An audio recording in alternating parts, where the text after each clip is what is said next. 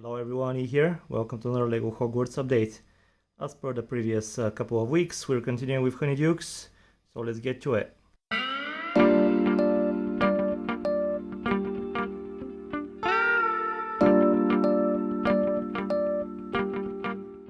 We find ourselves pretty much where we left off, with the main wall done and a lot of, well, presumptuous suggestions and things we could do and routes we could take, but nothing is set in stone.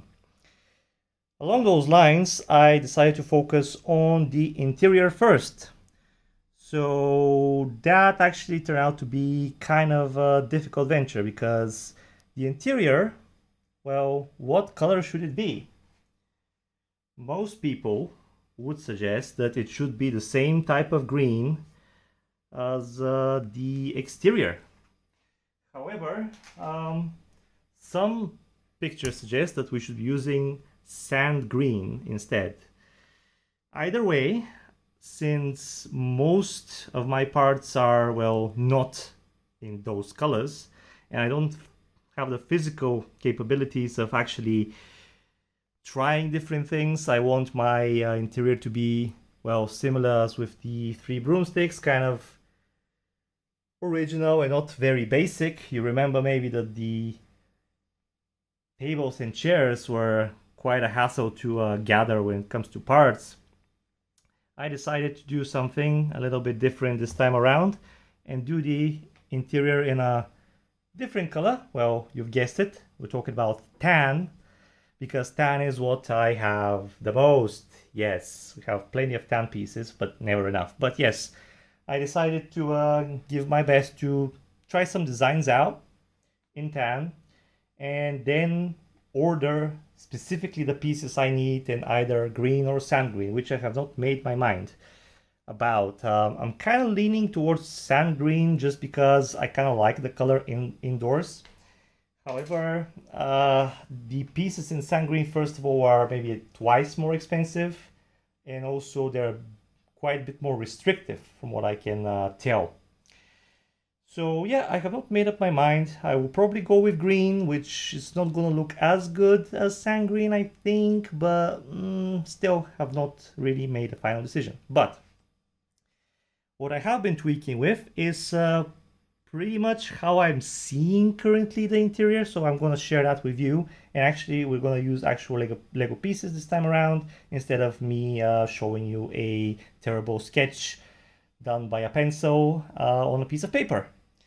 So first of all, I wanted to really try to do the shelves, because the shelves, as you can see from many pictures that I have been, well, browsing, are kind of interesting looking, and I wanted to try different things out. But the most important thing for me was we have basically this angle here, which you can also see on this picture, but it's on this side of the building. So in this corner we have a shelf like this, then another row of shelving like this, and then we have this angle. And as we know, Lego doesn't like angles. So one of the first things that I tried to implement was this type of shelves using brackets basically. And it's something that I kind of like, but it has a few problems, mainly when it comes to this angle, because the angle is accomplished by hinges, and the hinges, whenever we have brackets and we have these tiles here, there isn't a good way to position such shelves with hinges. So I kind of scrapped that idea and ended up with a more simplistic way of doing it, simply this one. So we don't have this extra layering because of the tiles. We have something a lot more basic, but as it turns out, this actually works. When you position it like this, it fits perfectly. And we have this angle, which, I mean, we could kind of, if you scroll this a little bit, slide it to the bottom and this to the left, it could actually be like this. But I have not really made up my mind where it should be. It kind of doesn't really make a difference, but the important thing is that this is all connected and there is no strain on the pieces, and we have this very nice angle that I wanted to implement.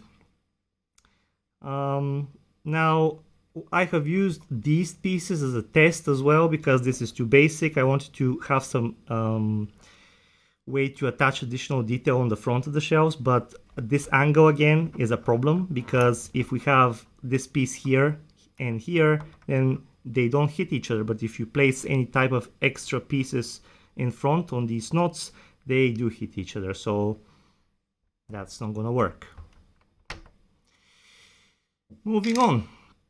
That means that we're probably gonna have another shelf here, another shelf over here, and most likely another one over here-ish, like so.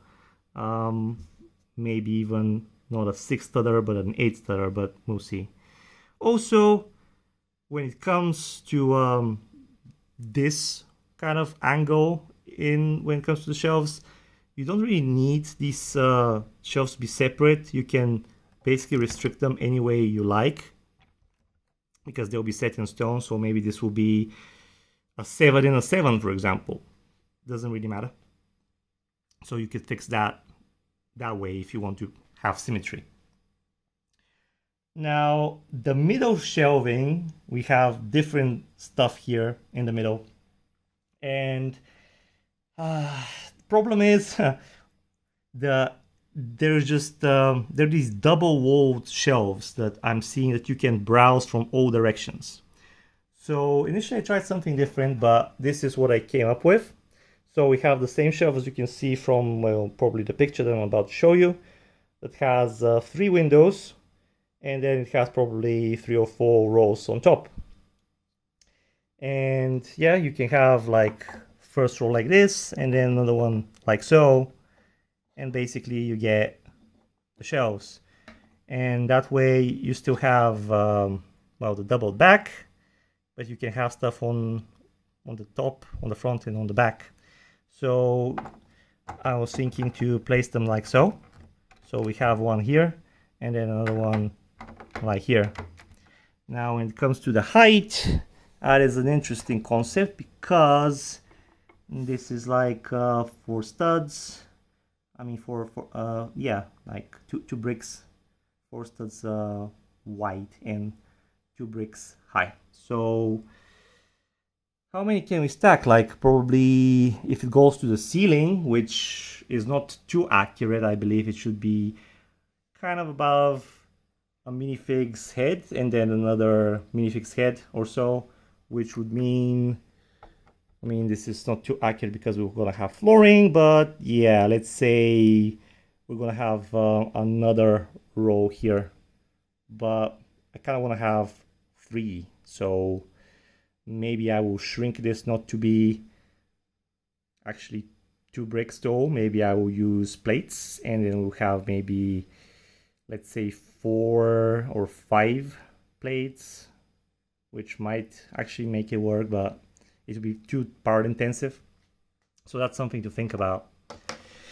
But the positioning is pretty much like so. So we have 4 studs away from these shelves, another 4 studs on this side as well. We have plenty of space on the angle. We have 3 studs in between, and then we have a little bit of space here as well. So that seems okay. But you see, I was talking last time about how we could save some space and make the building smaller by cutting this and this, so like a third of the indoor space. But already with me not cutting that should have probably been cut, we're already kind of low on space. Another thing I saw were these circular kind of shelves that I'm not sure how exactly to do, but they will probably be done like this or something, and I want to have a few of them, so I'm gonna place probably one here ish, and then maybe a second one here. So that kind of I mean, again, we have identical space here. I kind of really like symmetry and how things should be, well, not too stuffed into each other. The problem with this already is that on some of the pictures that I see, the cashiers are positioned somewhere here. So in between this middle shelf and these shelves on this wall. And obviously we don't have space for that. Even if we use the pre-built cashier's little mini build from the set, which obviously we're not going to use probably because it's too simplistic, but there isn't enough space for that even here. So I suppose one way of fixing it is not to have two of these. Maybe throw one away, move this one to the middle, or maybe even to the lower section of the screen, and have this space here to place a row of cashier desks or whatever we want to do. That's one way of doing it. I have not scrapped that option.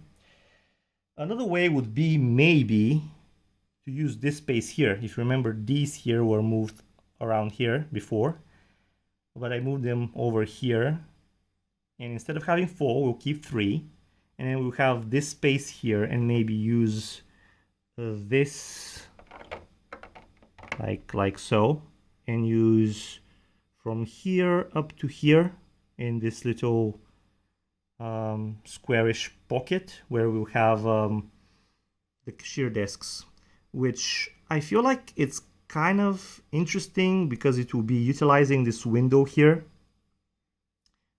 Kind of would make sense to have the cashiers here, but again, I usually go for authenticity as much as possible in things that are as closest to the model where possible. But as with most Harry Potter buildings, everything I have discussed this before is very different compared from the outside to inside, and we have numerous ways where things have been presented. So obviously in previous episodes I've talked about this, and I have said that even in Honeydukes you can have basically many ways that this shop has been presented indoorsy. But we're going with the one that is an actual shop at Universal Studios, as I have said before. So in this particular thing, do I kind of stray away and utilize how things would look good, even though they're not so accurate, and use this pocket here, which I feel like would be very nice? I could even utilize a bit more space by maybe putting these maybe 1-2 studs on this side and utilizing this whole space with the window. That looks very nice to me for some reason. Or scrap that, move these here, have another one extra pillar, and move this away, move this here, and have the cashiers here. Something that to think about.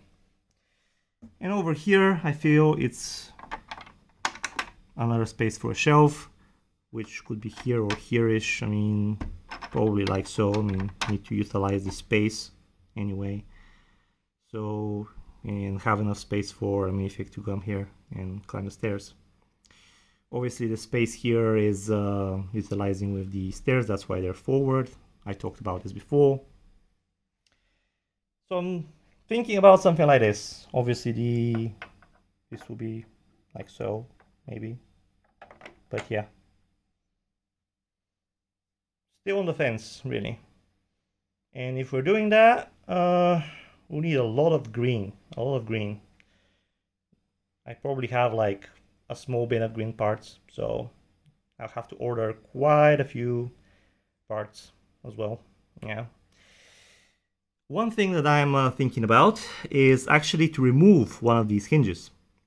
So, because you see over here, there's plenty of space. Well, not plenty, but like quite a bit of space behind. So why not detach from here and have this one movable? There is enough space to slide this up to here-ish, I believe. And then you can have a secret compartment here where the owners could actually store something there. Or we could have a little Easter egg. This could be sliding over here. It's one thing I'm thinking about. I do want this to sit in a position that is fixed, so I'll need like a stopper here somewhere, so when you press this to the end, it doesn't break this angle. So that's one thing to think about. The other thing that kind of annoys me already, maybe you can suggest what to do, is the way that these shelves will be. I want to have items on this row and this row, which means that back will be open, so we won't see green backs. We will see the wall here, which, you know, it's totally fine for, I'm sure you have shelves like this as well that don't have a back. You can see the wall behind them. But I don't know, it kind of annoys me. But if I want to add a back, I need either a different system to add another tile to place a back, something along like along those lines to place a piece like this on the back. But then you need an extra space, and then you need a way to attach this. Also, you need quite a few tiles because you're gonna have a lot of shelves and a lot of rows, basically from the floor to the ceiling. So that's a lot of extra parts and extra money. Plus, will we really be able to see the back? I mean, when it's stuffed with, stuff, I don't know.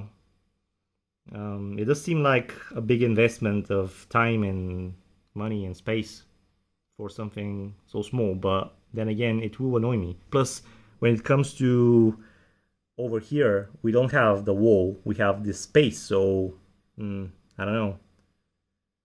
It's something to think about. Or we could make the shelves obviously one row and place bricks here, so then we will have a back, and yeah, that could work, I guess. But then we have less stuff to place, and I don't know. I kind of wanted to have two rows because it brings that illusion of really having a lot more materials. And also you have many items that are not, they don't fit on one stud, right? We have a lot of, for example, where are they? We have like this, you know, like this thing doesn't, I mean, goes on one stud, but then you can't place anything here, you can't place anything here. But if you have another row and then you use another, like a snot bracket or something, a snot plate, sorry, then you can place that on it, and then you can place something behind it, but again, behind the stud.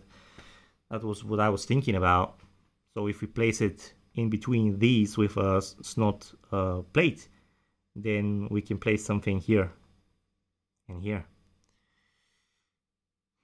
So it's something to think about. I haven't mentioned trying the shelves with being 3 studs deep, just because it consumed too much space, way too much space, I think. I don't want to do that. So yeah, kind of something to think about. I'm not really sure what to do. What I'm leaning towards is to leave the wall here. We'll stuff it with items and we will not see it. So it will be fine. And over here, to have either just one row or to have a movable piece where you just slot it here, drop it here, so you don't see the back, which, yeah, I don't really like. Maybe it's better just to have one row here, just because of the angle. Maybe that would be the simplest solution. But yeah, that's pretty much what I've been thinking about, and I have not really made up my mind much, but at least I have pretty much settled on a way of how things should be, which would really allow me to go browse a couple of bricklaying stores and order a lot of green parts. I will also order a lot of parts that I don't need, because this design that I am showing you is very, very basic, but it could be enriched. So I will order all sorts of plates and tiles, and whatever could be changed to accommodate in these dimensions, I will do my best to create a little bit more detail, as well as trying to lean on the designs that are shown in most pictures that I'm using. So yeah, that's pretty much it. So I will go on online and start ordering, and yeah, next time around, I believe I will see what I'll be able to do. Probably I will, probably get more ideas, and if I do, maybe half of what I've shown will be scrapped, but it's the process. Can't really go any other way.